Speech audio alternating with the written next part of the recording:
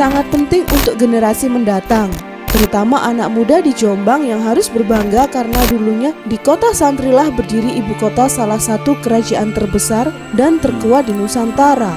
Selanjutnya, kita sebagai generasi mudalah yang bertanggung jawab menjaga peninggalan kuno ini supaya tetap lestari.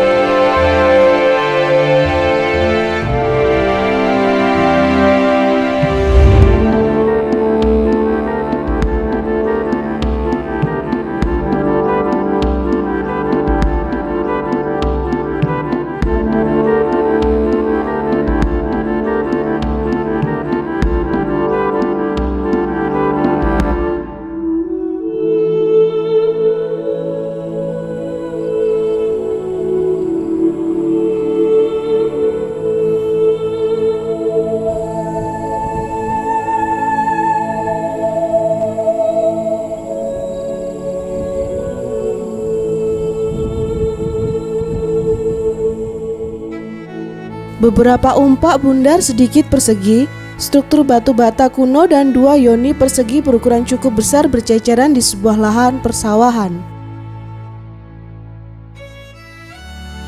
Ada sekitar 9 umpak berbentuk bundar yang mungkin dulunya menjadi pondasi pilar sebuah bangunan.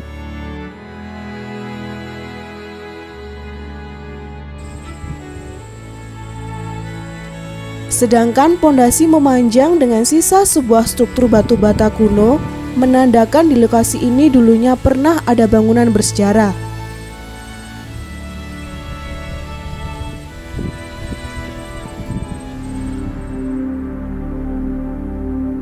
Bisa jadi bangunan suci atau sisa sebuah pemukiman penting. Yoni tersebut jelas terbuat dari batu andesit.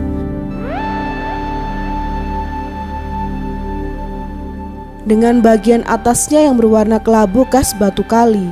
Namun bagian bawahnya seperti memutih, seakan terbuat dari batu lain yang mungkin menjadi kombinasi unsur bebatuan penyusun yoni saat pembuatannya.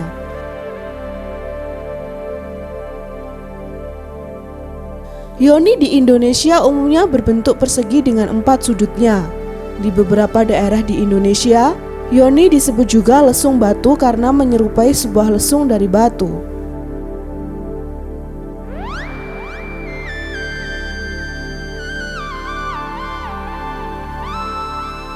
Namun ada kalanya yoni di Nusantara menyimpang dari pakem lingga yoni, berbentuk tidak lazim, unik, maupun dilengkapi dengan ukiran yang detail seperti yoni digambar di Japanan, Mojoarno, dan yoni badas yang ditengarai sudah diboyong ke Museum Nasional Jakarta.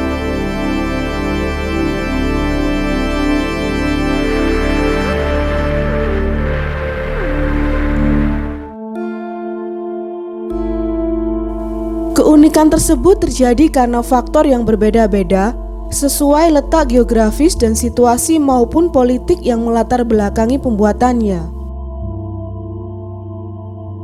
Lingga biasanya diletakkan di cekungan yoni, di mana lingga biasanya juga berbentuk arca perwujudan yang dipuja di dalam bangunan.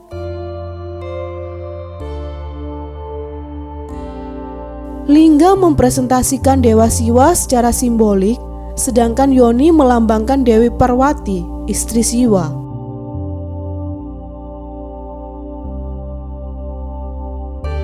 Yoni adalah perlambang ibu, kesuburan, dan bumi pertiwi yang diwujudkan dalam sebuah pemukiman.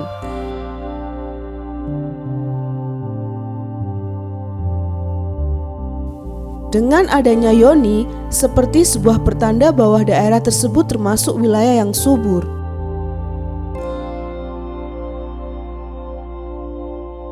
Yoni memiliki saluran air yang disebut cerat atau pranala.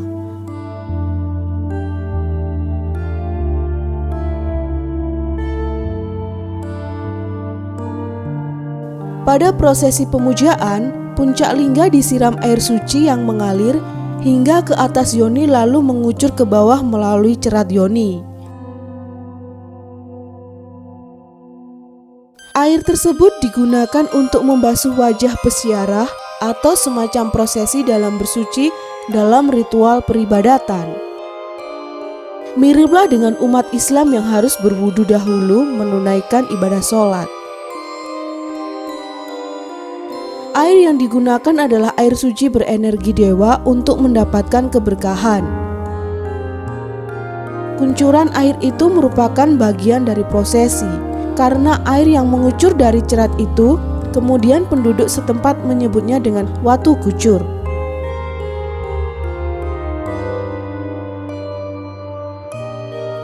Mungkin karena ketidaktahuan mereka mengenai istilah yoni, sehingga batu persegi yang ada di kawasan mereka pun disebutlah dengan watu kucur atau batu kucur yang merujuk pada batu yang mengucurkan air sesuai fungsinya kala itu.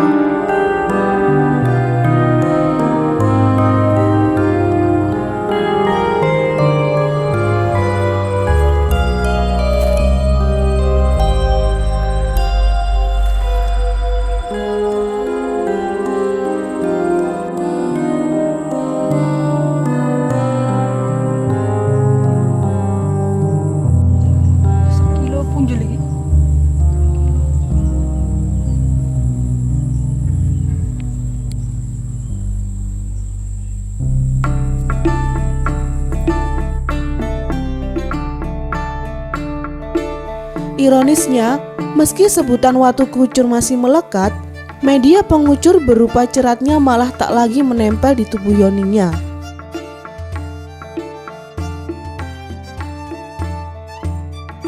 Sangat penting untuk generasi mendatang, terutama anak muda di Jombang yang harus berbangga karena dulunya di kota Santrilah berdiri ibu kota salah satu kerajaan terbesar dan terkuat di Nusantara. Selanjutnya, kita sebagai generasi mudalah yang bertanggung jawab menjaga peninggalan kuno ini supaya tetap lestari. Tapi sayang sekali teman-teman, jilat wara di sini tuh udah hilang nih. Entah itu karena alam atau karena ulah manusia. Nah teman-teman, di dalam semak-semak belukar juga ada ombak-ombak yang besar banget teman-teman. Nah kemungkinan itu sama yang tadi, yang bentuknya masih jelas tadi teman-teman. Banyak banget di sini tuh ombak-ombak teman-teman, tapi sayang sekali udah nggak terawat nih di pertengahan sawah yang banyak banget semak belukarnya. Oke teman-teman, jadi terima kasih sudah mengikuti perjalanan kita hari ini. Tetap ikut terus perjalanan kita di channel YouTube Asli Mojokerto.